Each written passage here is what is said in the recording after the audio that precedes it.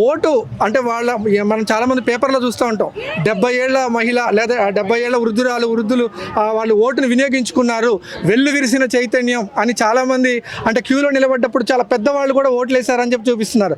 కానీ అదే print media, electronic media elections before ఈ ఓటు అమ్ముకోవడం సరి అయింది కాదని ఎన్ని ప్రింట్ మీడియా, ఎలక్ట్రానిక్ మీడియా బాధ్యత తీసుకున్నాయి? చెప్పండి దానికి సమాధానం. అంటే ఖచ్చితంగా మీడియా కూడా ఖచ్చితంగా బాధ్యత ఉండాలి. అంటే పిల్లి పాలు తాగిందనో, పొడవాటి ములక్కాయ మొలచిందనో మీడియా హడావుడి చేసేది.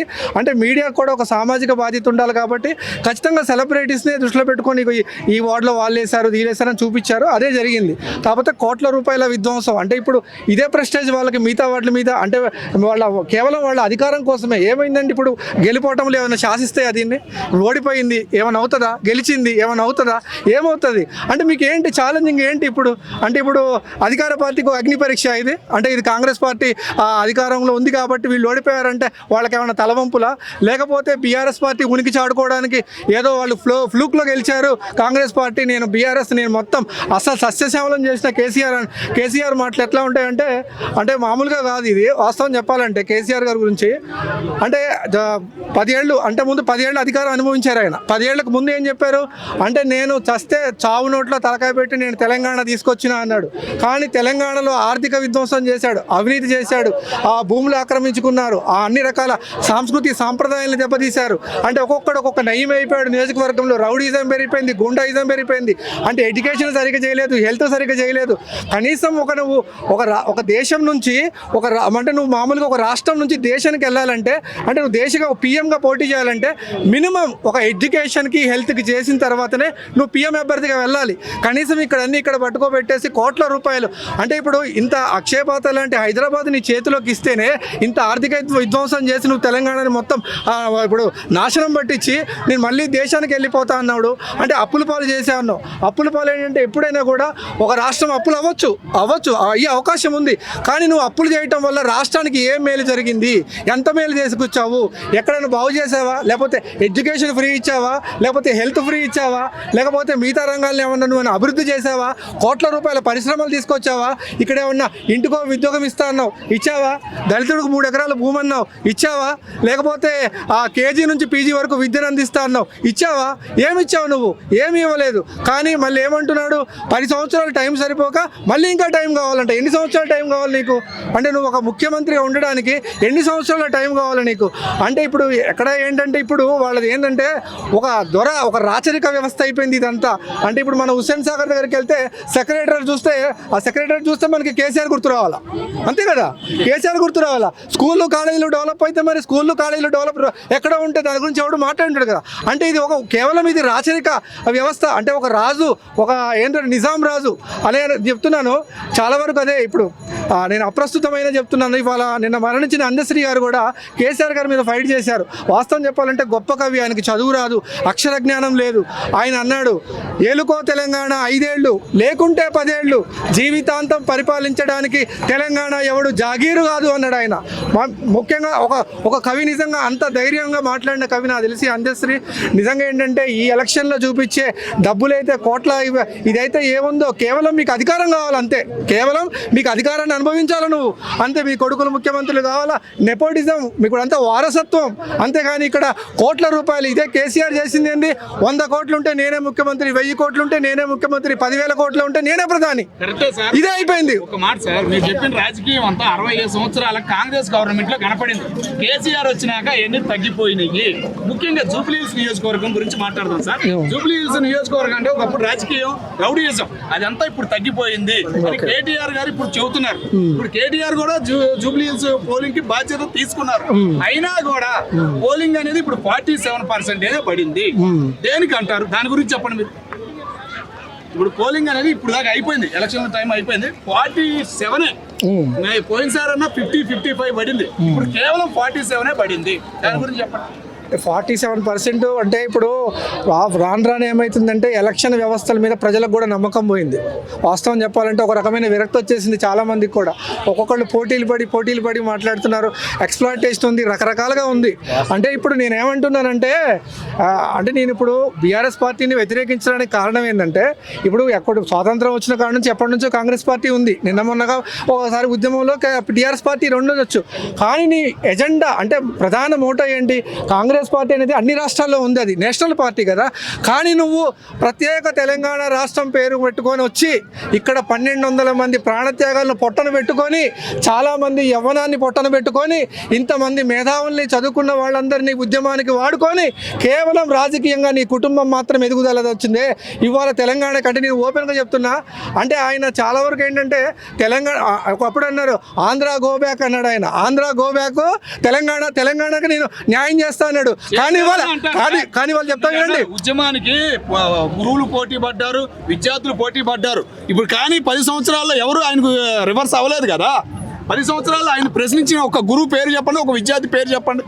తెలంగాణ వచ్చిన తర్వాత కేసీఆర్ పాలన బాగుంది కాబట్టి వాళ్ళిద్దరు కామ్ గా ఉండారు. వాళ్ళిద్దరు ఏం మాట్లాడలేదు అన్యాయం జరిగిందని. గురువు గాని విద్యార్థి గాని ఉద్యోగాలు రాలేదని ఎవరు పోటీ పడలేదు, ఎవరు ఎక్కడ ఏ ఉద్యమాలు చేయలేదు. ఉద్యమం అంటేనే తెలంగాణ. మరి ఏం జరగలేదు. 9 ఏళ్ల పరిపాలన బ్రహ్మాండంగా ఉంది, ఒక్క మటర్ లేదు, ఏం లేదు. కానీ మీ కాంగ్రెస్ గవర్నమెంట్ పాత పరిస్థితి ఎట్టా ఉందో ఇప్పుడు అట్టాగే ఉంది. మినిమం దగ్గర 50-60 మటర్లు అయినాయి హైదరాబాద్ లో కానీ ఎక్కడైనా గవర్నమెంట్ వచ్చిన కాడ నుంచి. మరి దాని గురించి మీరు సమాధానం చెప్పండి. ఇప్పుడు నేను చెప్తున్నానంటే కాంగ్రెస్ పార్టీ ఇవాళకి సంబంధించింది కాదు. కాంగ్రెస్ పార్టీ ఎన్నో చూసింది. నిజంగా మీరు అడిగిన క్వశ్చన్ కరెక్టే. అంటే నేను కాంగ్రెస్కి ఏమి ఇదిగా మాట్లాడట్లేదు, ఎప్పటి నుంచో ఉంది. అంటే ఇప్పుడు చాలా మాట్లాడే మాట అట్టాగే ఉంది. కేసీఆర్ గారిని తొక్కేస్తున్నట్టు ఉంది, కాంగ్రెస్ ఏదో చేసేస్తున్నట్టు ఫీలింగ్ కలుగుతుంది. కానీ అదేం చేయలేదు కదా కాంగ్రెస్ పార్టీ అని నేను ప్రశ్నిస్తున్నాను. అంటే ఇప్పుడు వాస్తవం చెప్పాలంటే మనం ఇప్పుడు తెలంగాణ హైదరాబాద్ రాష్ట్ర హెడ్ క్వార్టర్లో ఉన్నామండి. అంటే మనం ఇప్పుడు ఏంటంటే నువ్వు తెచ్చుకుందే తెలంగాణ ప్రత్యేక రాష్ట్రం, నువ్వు సస్యశ్యామలం చేస్తానని తెచ్చుకున్నావు కదా. తెలంగాణ వాళ్ళని వాడుకున్నావు కదా, తెలంగాణ వాళ్ళని మాటలతో మభ్యపెట్టినావు కదా, తెలంగాణ రాష్ట్రాన్ని అన్యాయం చేసినావు కదా. నువ్వు 10 సంవత్సరాలు అధికారం ఇచ్చినప్పుడు మళ్ళీ అయిపోయి మళ్ళీ మేమే వస్తామని నువ్వు చేయడానికి ఏముంది? ఇక్కడ ఏమీ లేదు, అంతా అయిపోయింది, నేషనల్ పోయినావు కదా. తెలంగాణ బాపు అంటారా అండి ఎవరైనా తెలంగాణ కేసీఆర్ తెలంగాణ బాపు అంటారా? తెలంగాణ బాపు అంటే అర్థం ఏంటి? తండ్రితో సమానమైన కుటుంబాన్ని నాశనం చేస్తారా? ఇంత పెద్ద రాష్ట్రాన్ని ఎందుకు నాశనం చేసావు నువ్వు? అడిగేవాళ్ళు ఇప్పుడు ఎవరు లేరు కదా సార్. ఉద్యమాలు చేసి అంత పోరాటం చేసిన వాళ్ళు మీరు సామాన్యులు, మీరు అడుగుతున్నారు కానీ ఎవరు అడగలేకపోతున్నారు కదా. అంటే ఎప్పుడైనా అంటే ప్రతి ఉద్యమానికి ఏంటంటే ప్రతి దానికి ఒక టైం వస్తుంది సార్. అంటే ప్రజలు ఏంటంటే ఇన్ని సంవత్సరాలు చాలా వరకు నలిగిపోయి ఉన్నప్పుడు కాబట్టి తెలంగాణ రాష్ట్రాన్ని కోరుకున్నారు. కేసీఆర్ కాంట్రిబ్యూషన్ కాదండి, తెలంగాణ ప్రజల కాంట్రిబ్యూషన్ ఎక్కువ. ప్రజలు సహకరించారు కాబట్టి ఆయనకి తెలంగాణ రాష్ట్రం సిద్ధించింది. కాకపోతే ఎప్పుడైతే హ్యాండ్ టు మౌత్ అవినీతి పెరిగిపోయిందో ఖచ్చితంగా అంటే ఇప్పుడు 10 సంవత్సరాలు అంటే కేసీఆర్ అంటేనే తెలంగాణ అంటేనే కేసీఆర్ అన్నవాడిని పక్కన ఎందుకు పెట్టారండి? ఎందుకు పెట్టారు? 10 సంవత్సరాల తర్వాత ఎందుకు పెట్టారు? బాలేదనే కదా పెట్టారు. కాకపోతే ఏంటంటే పక్కన పెట్టినా ఆయన బాగానే ఉన్నాడు కదా. ఎవరు బాగున్నారు? పక్కన పెట్టారు అని అంటున్నారు కదా. ప్రజలు పక్కన పెట్టారు. ఓడించారు కదా, మరి డెఫినెట్ గా ఓడించారు కదా. గ్రేటర్ హైదరాబాద్ లో 15 సీట్లు వచ్చినాయి కదండి. గ్రేటర్ హైదరాబాద్ గురించి మనం మాట్లాడాలంటే ఒకటే అండి, ఇక్కడ ఏం లేదు. గ్రేటర్ హైదరాబాద్ లో సెటిలర్స్ ఉన్నారు. అంటే తెలంగాణకు సంబంధించిన వాళ్ళు ఎక్కువ మంది లేరు, వేరే ప్రాంతాల నుంచి ఉన్న వాళ్ళు ఉన్నారు. అంటే ఇక్కడ ఏంటంటే రియల్ ఎస్టేట్ బాగా పెంచేశాడు, భూముల రేట్లు బాగా పెరిగిపోయినాయి. ₹1,00,000 గజం పట్టుకుంది, ₹1,00,00,000 అయిపోయింది. ఇప్పుడు అంతిమంగా వాళ్ళ కుటుంబాలకి ఉన్న వాళ్ళకి ఇంకా ఉన్న వాళ్ళు అయిపోయారు. వాళ్ళకి చాలా వరకు లాభం జరిగింది. ఖచ్చితంగా లాభం జరిగితే రాష్ట్రం వెళ్ళిపోతే వాళ్ళకి ఎందుకండి? వాళ్ళకి సంబంధం లేదు కదా. ఆదాయం ఉంటేనే కదా సార్ రాష్ట్రం బాగు చేసేది. రాష్ట్ర రాజధానికి ఆదాయం ఉంటేనే కదా బాగు చేసేది. అంటే మీరు చేశారు కేసీఆర్ కాబట్టి వచ్చినాయి అంటున్నారు. మీకు ఒకటండి, ఇప్పుడు మీరు బాగా మంచి క్వశ్చన్ అడిగారు, ఇది చాలా బాగుంది. అంటే ఇప్పుడు మనం అంటే బాగున్న దాన్ని మనం ఏంటంటే ఎప్పుడు కూడా ఏంటంటే భౌగోళిక తెలంగాణ కాదండి కావాల్సింది, సామాజిక తెలంగాణ కావాలి మనకి. అంటే హ్యూమన్ డెవలప్మెంట్ కావాలి, మనిషిగా చూసే డెవలప్మెంట్ కావాలి, మంచి సౌకర్యం కావాలి, విద్య కావాలి, వైద్యం కావాలి, అంటే మంచి విధాన పరిపాలన కావాలి. అంటే మనిషిగా బ్రతకాలి, అందరికీ కూడా అన్నీ దొరకాలి. అంతేగాని ఉన్నోడిదంతా కూడా ఎక్స్‌ప్లాయిటేషన్, దోపిడీ అయిపోయిన తర్వాత ఇంతమందిని దోచేస్తే ఇన్ని భూముల రేట్లు పెరిగినాయి. ఇప్పుడు సెక్రటరేట్ ఒకటే 10 సార్లు రౌండ్ తిరుక్కొని ఇది చాలా బాగుంది, ఇది మన హైదరాబాద్ అని అనుకొని సంతోషపడదామా? లేకపోతే ఇన్ని సంవత్సరాలైనా ఇప్పుడు 2026లో కూడా అంటే దాదాపు మన ప్రైవేట్ స్కూల్స్ ఇవాళ ఎట్లున్నాయండి, బాగా చదువుకున్న వాళ్ళు కూడా పెద్ద పెద్ద ఉద్యోగాలు చేసిన వాళ్ళు కూడా కూలోళ్ళు మామూలు పనులు కూడా కాదండి, ఉద్యోగులు కూడా పిల్లల్ని చదివించుకోలేకపోతున్నారు. ఇవాళ కారణం ఏంటి? Corporate school దోచుకోవట్లేదా? 100 కోట్లు దోచుకోవట్లేదా? ఎవడు పర్మిషన్ ఇచ్చిండు వాళ్ళకి? నిజంగా ఇలా గవర్నమెంట్ స్కూల్స్ నిజంగా అంత డెవలప్ చేస్తుంటే ఇంగ్లీష్ మీడియం స్కూల్స్ అంటున్నాడు. ఇంగ్లీష్ మీడియం స్కూల్స్ అంటే కంపల్సరీ ఏం కావాలండి? దాంట్లో కంపల్సరీ బ్లాక్ బోర్డ్ కాడ నుంచి సమస్యలు ఉన్నాయి, మినరల్ వాటర్ సమస్యలు ఉన్నాయి, వాష్రూమ్స్ సమస్యలు ఉన్నాయి, అంటే దానికి రంగాలకు సంబంధించిన అంత సమస్యలు ఉన్నాయి. అంటే ఒక ఆడపిల్లని ఒక 6th క్లాస్ 7th క్లాస్ చదివే పిల్లల్ని వాష్రూమ్ డోర్ లేకపోతే ఎవరు గవర్నమెంట్ స్కూల్ పంపిస్తారు చెప్పండి? మీరు పంపిస్తారా? ఎవరు పంపించారు కదా? టీచర్లకి శాలరీలు 1,50,000 పైనే ఉండే కదా సార్. కింద వాచ్మెన్ దగ్గర నుంచి అందరికి 50,000 పైనే ఉండే. మరి గవర్నమెంట్ ఏం తప్పు చేయలేదు కదా? మరి ఏది గవర్నమెంట్ ఎట్లా తప్పు చేసింది? ఇప్పుడు గవర్నమెంట్ స్కూల్స్ కి పంపించాలనే ధైర్యం ఎందుకు చేయలేకపోతున్నాం అండి? మనం ధైర్యం ఎందుకు చేయలేకపోతున్నాం? మీరు ఆలోచించారు. అది గవర్నమెంట్ మీద నెట్టకూడదు. గవర్నమెంట్ మీద ఎట్లా నెడతారని నెట్టకూడదుగా. ఇప్పుడు ఇదే కార్పొరేట్ స్కూల్ గవర్నమెంట్ డెవలప్ చేస్తే ఎందుకు పోతే అంటే పిచ్చోళ్ళ ₹1,00,000 ఖర్చు పెట్టుకోవడానికి ప్రజల దగ్గర డబ్బులు ఎక్కువ అయిపోయినాయా? అప్పులు చేసి వడ్డీలు కట్టి ఇవాళ రాష్ట్రంలో దేశంలో చాలా వరకు పెద్దవాళ్ళు జరిగితే ఆత్మహత్యల కారణం అండి పిల్లల చదువులు. తెలుసా? చాలా అంటే దోచుకోవటం వల్ల ₹1,00,000 సీట్లకి ₹1,00,000 దోచుకోవటం వల్ల చాలామంది ఆత్మహత్యలు పాల్పడుతున్నారు. ఏంటంటే ప్రతి దానికి రూట్ కాజ్ ఇంపార్టెంట్. ప్రజలు ఆలోచించాలి, వాటి గురించి ప్రజలు ఖచ్చితంగా ఆలోచించాల్సిన అవసరం ఉంది. ఎక్కడ ఏం తప్పు జరుగుతుంది?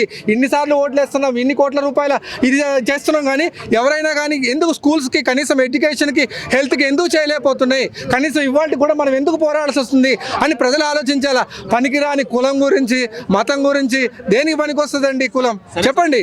అంటే చూడండి, అంటే మనం ఎంత స్మాల్ థింకర్స్ లాగా ఆలోచిస్తున్నాం, అంటే మనం చాలా వెనకబడి ఆలోచిస్తున్నాం అండి. అంటే ఇప్పుడు మనం ఇప్పుడు ఒకప్పుడు చైనా ఫోన్లు ఉన్నాయి, మనం కొంటామా ఇప్పుడు చైనా ఫోన్లు? అవి నాసిరకం అని తెలుసు, మనకు నాసిరకం అని తెలుసు. ఇప్పుడు నాయకులు కూడా అంతే నాసిరకమే వాళ్ళు, అయినా కానీ వాళ్ళే కావాలి మనకి. ఓకే సార్, అట్లాగే ఇప్పుడు జూబ్లీస్ లో 47% పోలింగ్ అయింది. దాని గురించి సింపుల్ గా ఒక మాటలో ఏం చెబుతారు చెప్పండి? అంటే ఎలక్షన్ వ్యవస్థ మీద ప్రజలకు నమ్మకం పోయిందండి. అసలు మనం ఓటు అయిపోతుంది, వేసినంత మాత్రాన ఒరిగేది ఏమి లేదు, పోయేది ఏమి లేదు అన్నట్లుగా జనాలకైతే ఒక రకమైన విరక్తి భావం వచ్చేసింది. బిజినెస్ మ్యాన్లు, పెద్ద రాజకీయ నాయకులు, సినీ ఫీల్డ్ పెద్ద వాళ్ళు ఎంతో మంది ఈ నియోజకవర్గంలో ఉన్నారు. వాళ్ళందరూ ఓట్లు వేయలేదంటారు. అంటే ఇప్పుడు ఓట్లు అయితే మాక్సిమం ఏంటంటే ఇప్పుడు చాలా వరకు ఏంటంటే చాలా పర్సెంటేజ్ అనేది ఓటు వినియోగించుకుంటున్నారండి. అంటే వేయపోవడానికి కారణం ఉండొచ్చు, అంటే అంత తగ్గడానికి కూడా దానికి ప్రత్యేకమైన కారణం ఏదైనా ఉందేమో చూడాలి. మరి ఈ పోలింగ్ మీద ఎవరు గెలిచే అవకాశం ఉందంటారు? అంటే పోలింగ్ బట్టి మీ ఉద్దేశం? అంటే యాక్చువల్గా ఏంటంటే ఇది ఒకటి చెప్పాలంటే హైదరాబాద్ వరకు ఈ రోజుకి కూడా కేసీఆర్ ముఖ్యమంత్రి. హైదరాబాద్ వరకు, మిగతా జిల్లాలకైతే చెప్పలేం, కానీ హైదరాబాద్ వరకు అయితే ఆయనే కేసీఆర్. బీఆర్ఎస్కి అవకాశం ఉంది. ఏంటంటే అది బీఆర్ఎస్ సిట్టింగ్ స్థానం కదా, ఆల్రెడీ బీఆర్ఎస్ ఎమ్మెల్యే అక్కడ చనిపోయాడు కాబట్టి బీఆర్ఎస్కి ఎక్కువ ఉన్నారు. ప్రజెంట్ ఏంటంటే సెటిలర్స్ అందరూ కూడా కేసీఆర్తో లవ్లో ఉన్నారు. ఒక రకంగా కేసీఆర్తో లవ్లో ఉన్నారు సెటిలర్స్. ఒక తెలంగాణ రాష్ట్రం పేరు తెచ్చి తెలంగాణకు అన్యాయం అయిపోయింది, తెలంగాణ ప్రజలు నష్టపోయింది, కానీ మిగతా వాళ్ళందరినీ బాగుపడ్డారు.